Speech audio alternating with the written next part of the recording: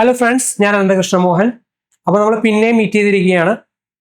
വെൽത്തിഫൈയുടെ forex series ആയിട്ടുള്ള forex ക്ലബിന്റെ 4ാമത്തെ വീഡിയോയിലേക്ക് എല്ലാവർക്കും സ്വാഗതം. അപ്പോൾ കഴിഞ്ഞ കുറെ വീഡിയോസ് ആയിട്ട് നമ്മൾ ഫോറക്സ് മാർക്കറ്റിനെ പറ്റി കുറെ അധികം കാര്യങ്ങൾ പഠിച്ചു. ലാസ്റ്റ് വീഡിയോ എങ്ങനെയാണ് മാർക്കറ്റ് വർക്ക് ചെയ്യുന്നതെന്നും അതുപോലെ മാർക്കറ്റിലെ കുറച്ച് ടേംസ് എന്തൊക്കെയാണെന്നാണ് ഞാൻ പരിചയപ്പെടുത്തിയത്.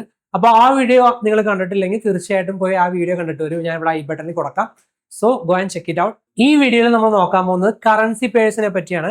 കറൻസി പേഴ്സിൽ നമ്മൾ എടുക്കുന്ന ട്രേഡിംഗ് ആണ് ഫോറക്സ് ട്രേഡിംഗ് എന്ന ലാസ്റ്റ് വീഡിയോസിൽ നമ്മൾ പറഞ്ഞിട്ടുള്ള കാര്യമാണ്. അത് മാത്രമല്ല, പിപ്പ് എന്താണ്, പിപ്പറ്റ് എന്താണെന്നുള്ളതും അതിന്റെ കാൽക്കുലേഷൻ എങ്ങനെയാണെന്നുള്ളതും അത് എല്ലാ കറൻസി പേഴ്സിലും എങ്ങനെ നോക്കണം എന്നും ഒക്കെ ഞാൻ കാണിച്ചു തരാം. അപ്പോ നമുക്ക് സമയം കളയാതെ നേരെ വീഡിയോയിലേക്ക് പോകാം. നമ്മുടെ ഫസ്റ്റ് ടോപ്പിക് കറൻസി പെയർ ആണ്. നിങ്ങൾ എപ്പോഴും കേട്ടിട്ടുണ്ടാവും രൂപയുടെ മൂല്യം കൂടി, രൂപയുടെ മൂല്യം കുറഞ്ഞു, അതുപോലെ US ഡോളറിന്റെ മൂല്യം കൂടി കുറഞ്ഞു. അപ്പൊ ഇത് തമ്മിൽ കമ്പയർ ചെയ്തിട്ടുള്ള ഒരു കറൻസി പെയർ ഉണ്ട്. USD-INR എന്ന് പറയുന്നതാണ് ആ കറൻസി പെയർ. അപ്പൊ ഈ പേര് പറയുന്ന സമയത്ത് USD-INR എന്നല്ല പറയുന്നത്. ഇപ്പൊ ആദ്യം വരുന്നത് എന്താ? USD ആണ്. USD അവിടുത്തെ ബേസ് കറൻസിയും രണ്ടാമത് വരുന്ന കറൻസി അവിടുത്തെ കോഡ് കറൻസിയാണ്. ഇപ്പൊ USD അത് അടുത്തൊരു പെയറാണ്. അവിടെ ബേസ് കറൻസി എന്താണ്? യൂറോ എന്ന് പറയുന്ന ബേസ് കറൻസി, രണ്ടാമത് പറഞ്ഞ USD ആണ് അവിടുത്തെ കോഡ് കറൻസി. അപ്പൊ ഇത് നിങ്ങൾ മനസ്സിലാക്കിയിരിക്കുക. ഈ ഒരു കറൻസി പെയറിനെ ഇതിന്റെ എക്സ്ചേഞ്ച് റേറ്റിന്റെ അടിസ്ഥാനത്തിൽ നമുക്കൊരു ചാർട്ടായിട്ട് എന്താ റെപ്രസെന്റ് ചെയ്യാനായിട്ട് പറ്റും. അപ്പോൾ ഈ എക്സ്ചേഞ്ച് റേറ്റ് കൂടുന്ന സാഹചര്യം വരുന്ന സമയത്ത് ഇതിന്റെ പ്രൈസ് മുകളിലേക്ക് പോകുന്നതായിട്ട് നമുക്ക് കാണാൻ പറ്റും. ചാർട്ട് നോക്കി കഴിഞ്ഞാൽ കാണാനായിട്ട് പറ്റും. അത് താഴേക്ക് വരുന്നതെന്ന് വെച്ച് കഴിഞ്ഞാൽ പ്രൈസ് കുറയുമ്പോൾ, എക്സ്ചേഞ്ച് റേറ്റ് കുറയുമ്പോൾ അത് താഴേക്ക് വരുന്നതായിട്ട് കാണാൻ പറ്റും. അപ്പൊ എക്സ്ചേഞ്ച് റേറ്റ് കൂടുകയും കുറയുകയും എങ്ങനെ ചെയ്യുന്നത്? ഈ രണ്ട് കറൻസി പെയർസിന്റെ മൂല്യങ്ങൾ തമ്മിലുള്ള ഡിഫറൻസ് കൂടുകയും കുറയുകയും ചെയ്യുമ്പോഴാണ്. അതായത് ഇപ്പോൾ US ഡോളർ എന്നുള്ളതിന്റെ മൂല്യം കൂടാന്ന് വിചാരിക്കുക, INR അങ്ങനെ തന്നെ നിൽക്കുക. അപ്പൊ അങ്ങനെ വരുമ്പോൾ നമ്മളെ ഡിഫറൻസ് എന്ന് പറയുമ്പോൾ അതിങ്ങനെ കൂടി വരിക. അപ്പൊ എക്സ്ചേഞ്ച് റേറ്റ് കൂടി വരാം. അപ്പോൾ 85 രൂപ എന്നുള്ളത് ചിലപ്പോൾ 86, 87 ഒക്കെ ആയിട്ട് ഇങ്ങനെ കൂടി വരാം. അപ്പൊ അങ്ങനെ വരുമ്പോൾ അതൊരു വലിയ ചേഞ്ച് ആയിട്ട് എന്താ നമുക്ക് ചാർട്ടിൽ നോക്കി കഴിഞ്ഞാൽ കാണാനായിട്ട് പറ്റും. അപ്പൊ നിങ്ങൾ എപ്പോഴെങ്കിലും ഈ ചാർട്ട് എടുത്ത് വെച്ച് നോക്കിയിട്ടുണ്ടെങ്കിൽ, കറൻസി പേഴ്സിന്റെ ചാർട്ട് എടുത്ത് വെച്ച് നോക്കിയിട്ടുണ്ടെങ്കിൽ നിങ്ങൾക്ക് ഇത് നോക്കി കഴിഞ്ഞാൽ വ്യക്തമായിട്ട് കാണാനായിട്ട് പറ്റും. അപ്പോൾ ഈ വരുന്ന ചേഞ്ചിനെ നമ്മൾ എന്താ ട്രേഡ്സ് ആയിട്ട് എടുക്കാനായിട്ട് പറ്റും. ഞാൻ ഓൾറെഡി ഷോർട്ട് സെല്ലിങ്ങിനെ കുറിച്ച് നമ്മുടെ ലാസ്റ്റ് വീഡിയോയിൽ പറഞ്ഞതാണ്.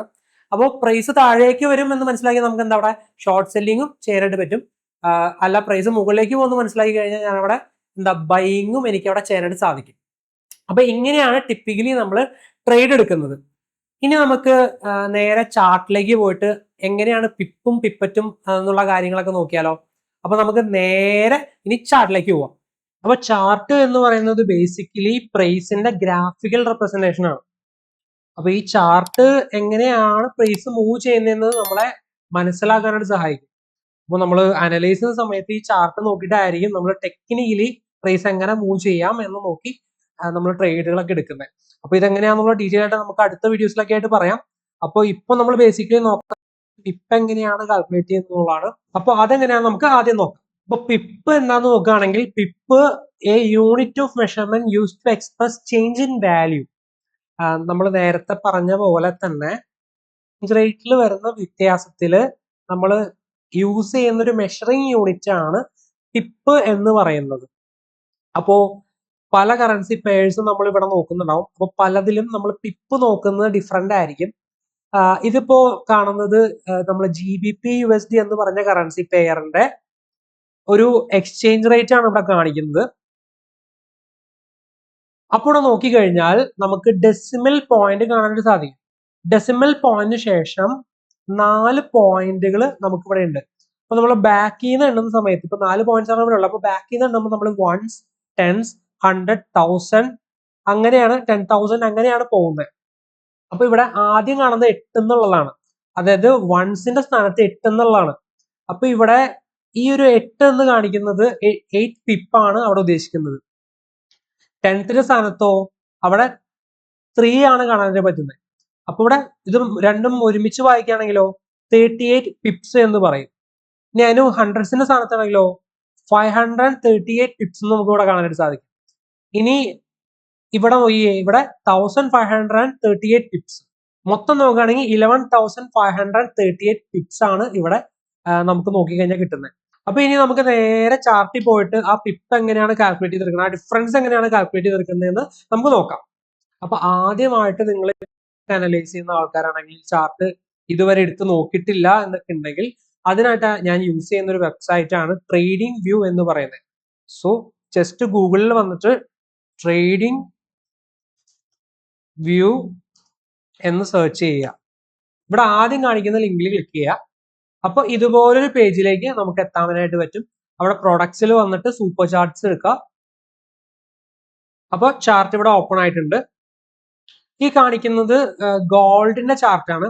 നമുക്ക് ഫസ്റ്റ് GBP/USD എന്ന് പറഞ്ഞ പെയറിന്റെ ചാർട്ട് നോക്കാം. അപ്പൊ ഇവിടെ ആദ്യമായിട്ട് യൂസ് ചെയ്യുന്നവർക്ക് വേണ്ടി പറയാം. നമ്മളൊരു സ്റ്റോക്കോ അല്ലെങ്കിൽ കറൻസി പെയറൊക്കെ സെർച്ച് ചെയ്യുന്ന ഒരു ഏരിയ ആണ് ഇവിടെ. ഇവിടെ നമുക്ക് വന്നിട്ട് നമുക്ക് എന്താണോ സെർച്ച് ചെയ്യേണ്ടത് സെർച്ച് ചെയ്യാം. അപ്പൊ GBP/USD എന്ന് നോക്കാം. കറൻസി പേഴ്സ് മാത്രമല്ല കേട്ടോ. അപ്പൊ നമ്മൾ സ്റ്റോക്സിലൊക്കെ ട്രേഡ് ചെയ്യുന്നുണ്ടെങ്കിലും അതിന്റെ ചാർട്ടും അതേപോലെ ഇൻഡെക്സ് ഒക്കെ നമുക്ക് ചാർട്ടിനകത്ത് എടുക്കാനായിട്ട് സാധിക്കും. ഇപ്പൊ ഞാൻ കറൻസി പേഴ്സിന്റെ ചാർട്ട് നമുക്ക് എടുത്ത് കാണിച്ചു തരാം. അതായത് GBP/USDയുടെ ചാർട്ട് ഞാൻ എടുത്ത് കാണിച്ചു തരാം. അപ്പോൾ അതെ GBP/USD ഞാൻ ഇവിടെ ആഡ് ചെയ്തു. ഇനി അതല്ല വാച്ച് ലിസ്റ്റ് ഉണ്ടാക്കിയിട്ട് ഇവിടെ ഫോറക്സ് എന്ന് പറഞ്ഞിട്ട് ഞാൻ ഇവിടെ ആഡ് ചെയ്ത് വെച്ചിരിക്കുന്നുണ്ടോ കുറച്ച് പേഴ്സ്. അപ്പൊ ഇത് നിങ്ങൾക്ക് ഇവിടെ വന്നിട്ട് ആഡ് കൊടുത്തിട്ട് ആഡ് ചെയ്യാനായിട്ട് സാധിക്കും. നോക്കിക്കേ, ഇതാണ് GBP/USDയുടെ ചാർട്ട്.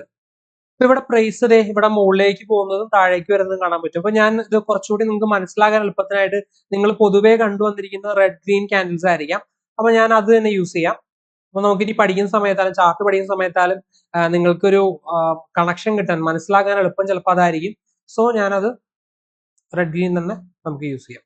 അപ്പൊ ഇത് മനസ്സിലാക്കി വെക്കുക. അതായത് പ്രൈസ് മുകളിലേക്ക് പോകുന്നുണ്ടെങ്കിൽ ഇതുപോലെ ഗ്രീൻ ക്യാൻഡിൽസ് ആയിട്ടായിരിക്കും പോകുന്നത്.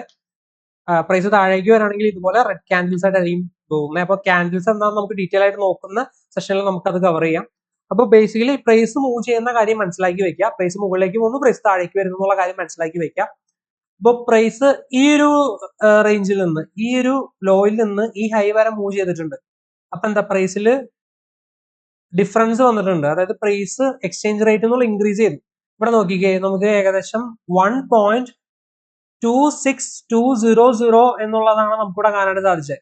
ഇപ്പൊ ഡെസിമൽ പോയിന്റ്സ് ഇപ്പൊ GBPയുടെ കാര്യം പറയുകയാണെങ്കിൽ പോയിന്റ് കഴിഞ്ഞിട്ട് 4 ഡെസിമൽസ് വരെ കൗണ്ട് ചെയ്താൽ മതി എന്നാണ് ഞാൻ പറഞ്ഞത്. അപ്പൊ അത് കഴിഞ്ഞ് ഇവിടെ നോക്കുകയാണെങ്കിൽ 5 ഡെസിമൽസ് ഉണ്ട്. അപ്പൊ 5 വരെ നോക്കണ്ട, 4 വരെയാണ് നമ്മുടെ പിപ്പ് എന്ന് പറയുന്നത്. അതിനുശേഷം വരുന്ന 0 പിന്നെ വരുന്നതാണ് പിപ്പറ്റ് എന്ന് പറയുന്നത്. അപ്പൊ പിപ്പറ്റ് നോർമലി നമ്മൾ എടുക്കേണ്ട ആവശ്യമില്ല, പിപ്പ് കാൽക്കുലേറ്റ് ചെയ്താൽ മതി.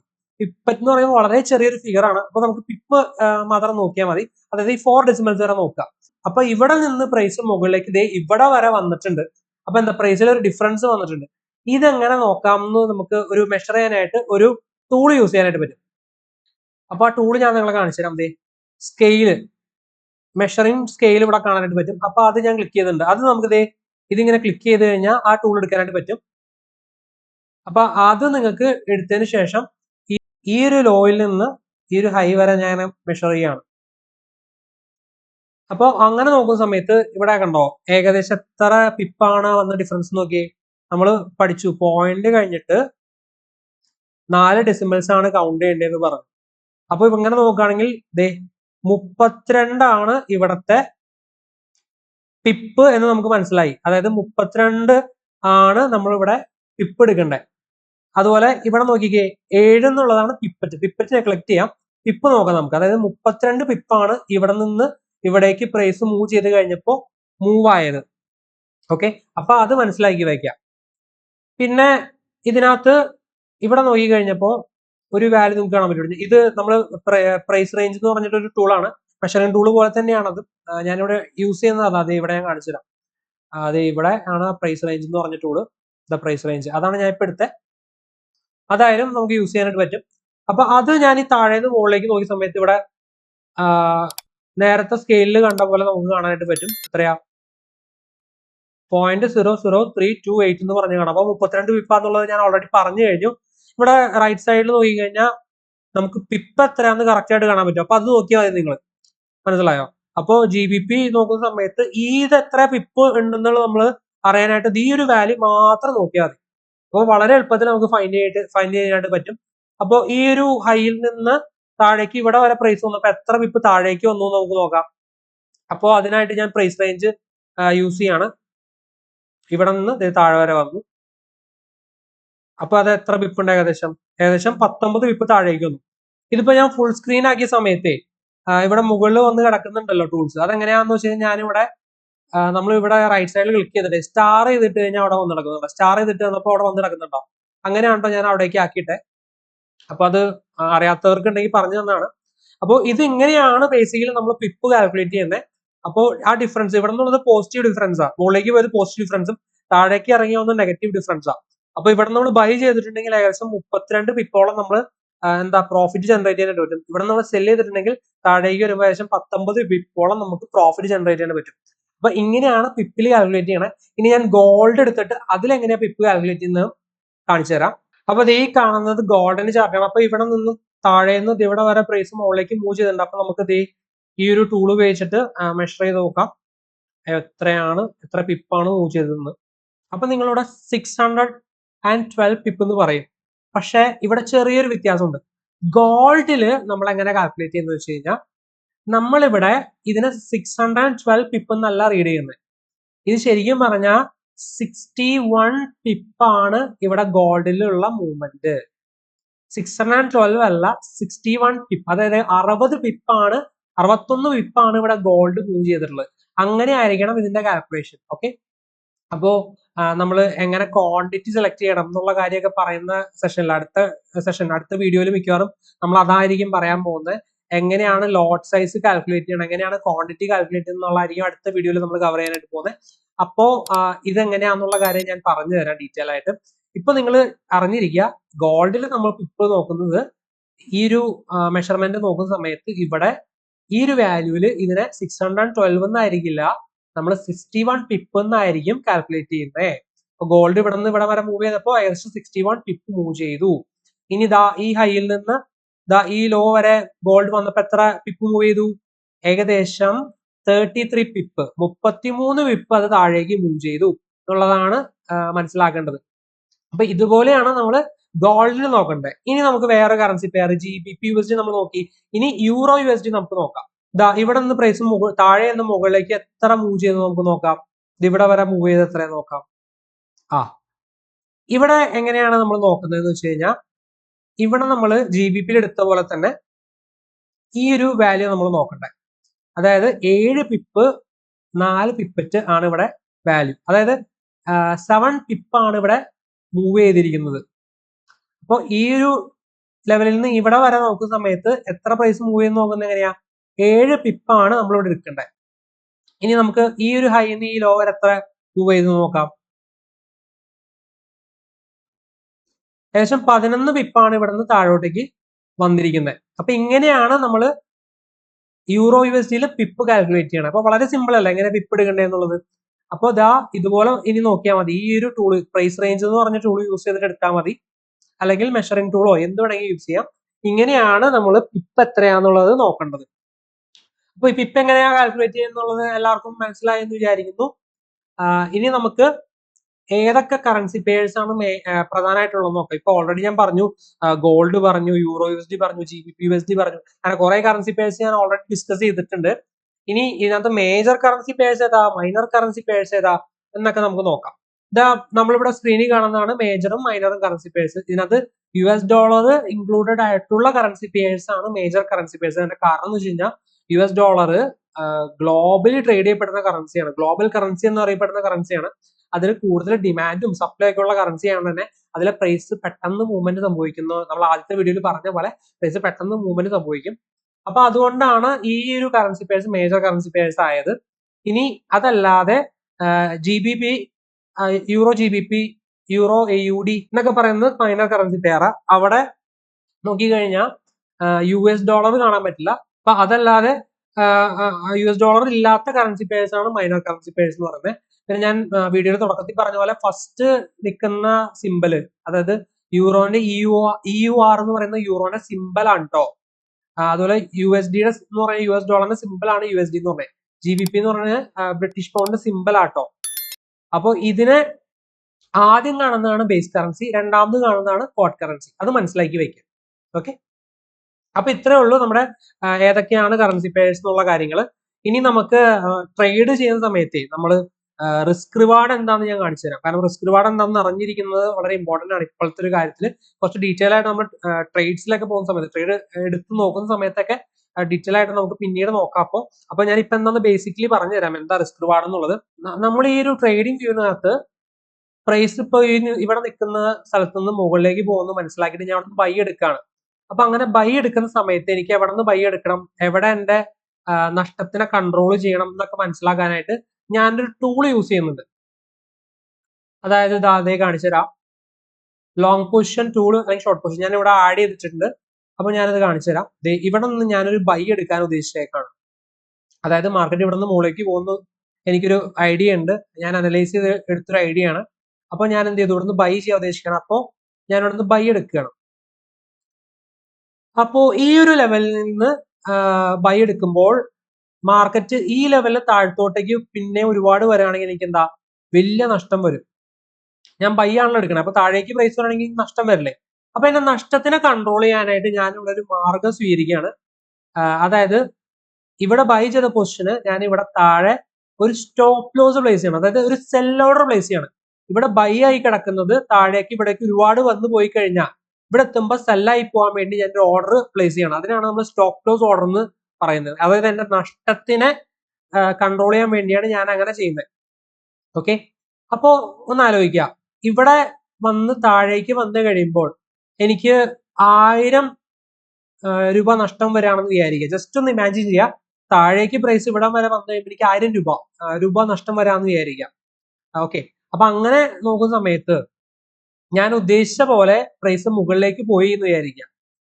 അപ്പൊ ഇവിടെ നിന്ന് പ്രൈസ് മുകളിലേക്ക് പോകുന്ന സാഹചര്യത്തിൽ താഴെ വന്നാൽ എനിക്ക് 1000 രൂപ നഷ്ടം വരും. ഇവിടെ ഒന്ന് സ്റ്റോപ്പ് ലോസ് അടിച്ചാൽ എനിക്ക് 1000 രൂപ നഷ്ടം വരും. മുകളിലേക്ക് അത്ര തന്നെ മുകളിലേക്ക് പോയിരിക്കും. ഇവിടെ ഇപ്പൊ എത്ര പിപ്പ, ഏകദേശം 6 പിപ്പ. ഇതെങ്ങനെ കാൽക്കുലേറ്റ് 6 പിപ്പ.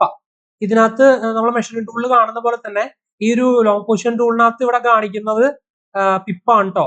അപ്പൊ ഈ ഒരു 6 പിപ്പാണ് നമ്മൾ സ്റ്റോപ്പ് ലോസ് വെച്ചത്. ഇപ്പൊ മുകളിലേക്കും ഒരു 6 പിപ്പ് മൂവ് ചെയ്ത് കഴിഞ്ഞാൽ മുകളിലേക്കും വന്ന് ഒരു 7.6.7 മൂവ് ചെയ്ത് കഴിഞ്ഞാൽ എനിക്ക് എത്രയാ, ഇവിടെ ഞാൻ 1000 രൂപ, ഇവിടെ വന്ന് താഴെ വന്ന് സ്റ്റോപ്പ് ലോസ് അടിക്കുന്ന എനിക്ക് 1000 രൂപ നഷ്ടം വരുന്നത് പറഞ്ഞു. മുകളിലേക്ക് പോയി കഴിഞ്ഞ് ഇവിടെ വരെ വരികയാണെങ്കിൽ എനിക്ക് കിട്ടുന്ന പ്രോഫിറ്റും ഏകദേശം 1000 രൂപ തന്നെയാണ്. അപ്പൊ അവിടെ ഞാൻ വയ്ക്കുന്ന റിസ്ക് 1000, എനിക്ക് കിട്ടാൻ പോകുന്ന പ്രോഫിറ്റ് എത്രയാണ്, 1000. അപ്പൊ ഇതാണ് ബേസിക്കലി റിസ്ക് റിവാർഡ് എന്നുള്ളത്. അപ്പൊ ഇതെന്താന്ന് ജസ്റ്റ് മനസ്സിലാക്കി വെക്കുക. നമുക്ക് ഇനി അങ്ങോട്ട് പോകുന്ന സമയത്തെ ഇത് ട്രേഡ് എടുക്കുന്ന സമയത്ത് പിപ്പിനും നമ്മൾ മനസ്സിലാക്കി. ഇതിനകത്ത് ലോട്ട് സൈസ് എങ്ങനെയാണെന്ന് മനസ്സിലാക്കിയതിനു ശേഷം ക്വാണ്ടിറ്റി എങ്ങനെ ചൂസ് ചെയ്യണം എന്നൊക്കെ നോക്കിയിട്ട് വേണം നമുക്ക് ഈ റിസ്ക് റിവാർഡ് കാൽക്കുലേറ്റ് ചെയ്യാൻ കൂടുതൽ നോക്കാനായിട്ട്. അപ്പൊ ഇത് ബേസിക് മനസ്സിലാക്കി വെക്കുക. എടുക്കുന്ന റിസ്കിന് അഗേൻസ്റ്റ് എത്ര പ്രോഫിറ്റ് അവിടെ കിട്ടുന്നുണ്ടെന്നുള്ളതാണ് നമ്മുടെ റിസ്ക് റിവാർഡ് എന്ന് പറയുന്നത്. ഇത് നേരെ തിരിച്ചും സംഭവിക്കട്ടെ. അതായത് നമ്മൾ ഇവിടെ നിന്ന് താഴേക്ക് ഷോർട്ട് പൊസിഷൻ വയ്ക്കുകയാണെങ്കിൽ നമ്മൾ സ്റ്റോപ്പ് ലോസ് ഇവിടെ അങ്ങനെ മുകളിൽ വെച്ചു, താഴേക്ക് ഇപ്പൊ ഇവിടെ 7 പിപ്പ് 7.5 പിപ്പ് താഴേക്ക് വരികയാണെങ്കിൽ എനിക്ക് അവിടെ എത്രയാ, അവിടെ എനിക്ക് ഇവിടെ വച്ച റിസ്കിന് അത്ര തന്നെയുള്ള പ്രോഫിറ്റ് എനിക്ക് കിട്ടിയെന്നുള്ളതാണ്. ഇതിന്റെ ഇരട്ടി, അതായത് ഇവിടെ റിസ്ക് റിവാർഡ് റേഷ്യോ എന്ന് പറഞ്ഞ് കണ്ടോ 1 നടക്കുന്നത്. അതായത് നേരത്തെ വച്ച റിസ്ക് 1000 ആണ്, നമുക്ക് കിട്ടിയ പ്രോഫിറ്റ് 1000 ആണ്. അപ്പൊ ഇവിടെ റിസ്ക് റിവാർഡ് 1 ആണ്. പക്ഷെ അല്ല, അത് ഇങ്ങനെ മാർക്കറ്റ് പിന്നെ ഒരുപാട് താഴത്തോട്ട് വരാവുന്ന സാഹചര്യം വരാണെങ്കിൽ നമുക്ക് 1:2 ഒക്കെ റിസ്ക് റിവാർഡ് കിട്ടുകയാണെങ്കിൽ 1:2 റിസ്ക് റിവാർഡ് കിട്ടുന്ന സാഹചര്യത്തിൽ ഇവിടെ വച്ച റിസ്കിനെ ഇരട്ടി പ്രോഫിറ്റ് എനിക്ക് ഇവിടെ എത്തുമ്പോൾ കിട്ടുന്നുണ്ട്. മാർക്കറ്റ് ഇവിടെ എത്തുമ്പോൾ ഇവിടെ വച്ച റിസ്കിനെ കിട്ടുന്ന ഇരട്ടി പ്രോഫിറ്റ് എനിക്ക് ഇവിടെ കിട്ടുന്നുണ്ട്. അപ്പൊ എത്രയാ, എനിക്ക് 2000 രൂപയുടെ പ്രോഫിറ്റ് കിട്ടുന്നു. അപ്പൊ ഇവിടുത്തെ റിസ്ക് റിവാർഡ് എത്രയാ, 1:2. അപ്പൊ ഇത് ബേസിക് കാൽക്കുലേഷൻ ആണ്, ഇത് ഓർത്ത് വയ്ക്കുക. ക്വാണ്ടിറ്റി നോക്കുന്നതും പൊസിഷൻ സൈസിങ് ഒക്കെ നെക്സ്റ്റ് വീഡിയോയിൽ നമുക്ക് എന്തായാലും നോക്കാം. അപ്പോ നമ്മൾ എന്തൊക്കെ പഠിച്ചു, പിപ്പ് എങ്ങനെയാ നോക്കുന്നതെന്ന് പഠിച്ചു, മേജർ ആയിട്ടുള്ള കറൻസി പേഴ്സ് എന്താന്ന് പഠിച്ചു, റിസ്ക് റിവാർഡ് എന്താന്ന് പഠിച്ചു. അപ്പൊ ഇതാണ് ബേസിക്കലി നമ്മൾ നോക്കിയത്. അപ്പോൾ ഇന്നത്തെ വീഡിയോയിൽ നമ്മൾ കുറെ കാര്യങ്ങൾ ഡിസ്കസ് ചെയ്തു. നമ്മൾ കറൻസി പേഴ്സ് എന്നാണ് ഡിസ്കസ് ചെയ്തു, അതുപോലെ ഏതാണ് മേജർ കൈൻഡ് ഓഫ് കറൻസി പേഴ്സും അതുപോലെ minor kind of currency purse ഏതൊക്കെയാണെന്ന് നമ്മൾ ഡിസ്കസ് ചെയ്തു. അതുപോലെ നമ്മൾ പിപ്പ് എന്താണ്, പിപ്പറ്റ് എന്താണ്, അതിന്റെ കാൽക്കുലേഷൻ എങ്ങനെയാണ് നോക്കുന്നത്, അതിപ്പോൾ ഗോൾഡിൽ എങ്ങനെയാണ് പിപ്പ് കാൽക്കുലേറ്റ് ചെയ്യുന്നത്, അല്ലെങ്കിൽ USD എങ്ങനെയാണ് പിപ്പ് കാൽക്കുലേറ്റ് ചെയ്യുന്നുള്ള കാര്യങ്ങളൊക്കെ നമ്മൾ ഓൾറെഡി ഡിസ്കസ് ചെയ്തു. അതോടൊപ്പം നമ്മൾ റിസ്ക് റിവാർഡ് എന്താണെന്നുള്ള കാര്യം കൂടെ നമ്മൾ ഇതിനകത്ത് പഠിച്ചിട്ടുണ്ട്. അപ്പോൾ ഈ പറഞ്ഞ കാര്യങ്ങളൊക്കെ നിങ്ങൾക്ക് വളരെ നന്നായിട്ട് മനസ്സിലായി എന്ന് ഞാൻ വിചാരിക്കുന്നു. ഇനി വരുന്ന വീഡിയോസിൽ ഇനിയും കുറേ അധികം കാര്യങ്ങൾ എനിക്ക് നിങ്ങളോട് ഷെയർ ചെയ്യാനായിട്ടുണ്ട്. അത് മാത്രമല്ല നമ്മളിനി നമ്മൾ ഇന്ന് കണ്ട ചാർട്ട് ബേസ് ചെയ്തിട്ടുള്ള അനാലിസിസ് കാര്യങ്ങൾ എങ്ങനെയാണ്, അതുപോലെ ഫണ്ടമെന്റലി എങ്ങനെ ഇതിന്റെ പ്രൈസ് മൂവ്മെന്റ് ബാധിക്കാം, എന്തുകൊണ്ട് ഇതിന്റെ പ്രൈസ് മൂവ് ചെയ്യുന്നു എന്നുള്ള കാര്യങ്ങളൊക്കെ നമ്മൾ നോക്കാനായിട്ട് ഇനി പോകുന്നു. കാരണം വെച്ച് കഴിഞ്ഞാൽ ഫണ്ടമെന്റൽ എന്ന് പറഞ്ഞാൽ അത്ര ഇമ്പോർട്ടൻ്റ് ആണ്. അതായത് ന്യൂസ് ബേസ് ചെയ്ത് ന്യൂസ് വരുന്ന സമയത്ത് എങ്ങനെ അത് മാർക്കറ്റിന്റെ പ്രൈസിനെ ബാധിക്കുന്നുണ്ട്, അങ്ങനെയുള്ള കുറേ കാര്യങ്ങളുണ്ട്. അപ്പോൾ അതൊക്കെ കുറേ ഫണ്ടമെന്റൽ കാര്യങ്ങളാണ്. അത് ഇനി വരുന്ന വീഡിയോസിലായിരിക്കും ഞാൻ കവർ ചെയ്യാനായിട്ട് പോകുന്നത്. അപ്പോൾ ഇതുവരെയുള്ള നമ്മുടെ വീഡിയോ സീരീസ് നിങ്ങൾ എല്ലാവരും കാണുന്നുണ്ട് എന്നാണ് എൻ്റെ വിശ്വാസം. അപ്പോൾ തീർച്ചയായിട്ടും സപ്പോർട്ട് ചെയ്യുക, സബ്സ്ക്രൈബ് ചെയ്യുക ചാനൽ. അതോടൊപ്പം തന്നെ നിങ്ങളുടെ ഫ്രണ്ട്സിനായിട്ട് ഷെയർ ചെയ്യുക. ഒപ്പം നമ്മുടെ വീഡിയോസ് മാത്രം കണ്ടു പഠിച്ചുകൊണ്ട് മാത്രം കംപ്ലീറ്റ് ആവില്ല. തീർച്ചയായിട്ടും നമ്മുടെ ഡിസ്കോർഡും ടെലഗ്രാം ചാനലിൽ ജോയിൻ ചെയ്യാനായിട്ട് നോക്കുക.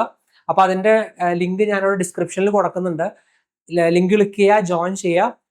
അതുമാത്രമല്ല നമുക്ക് ആ ഒരു കമ്മ്യൂണിറ്റി ത്രൂ ഉള്ള ഒരു സപ്പോർട്ടും കാര്യങ്ങളും കൊണ്ട് തന്നെ നമുക്കിത് ലേണിംഗ് പ്രോസസ്സ് കുറച്ചും കൂടെ സ്പീഡ് ആക്കാനായിട്ട് പറ്റും. അപ്പോൾ അടുത്ത വീഡിയോ ആയിട്ട് വരുന്നവരേക്കും wish you all the best. Happy trading. By.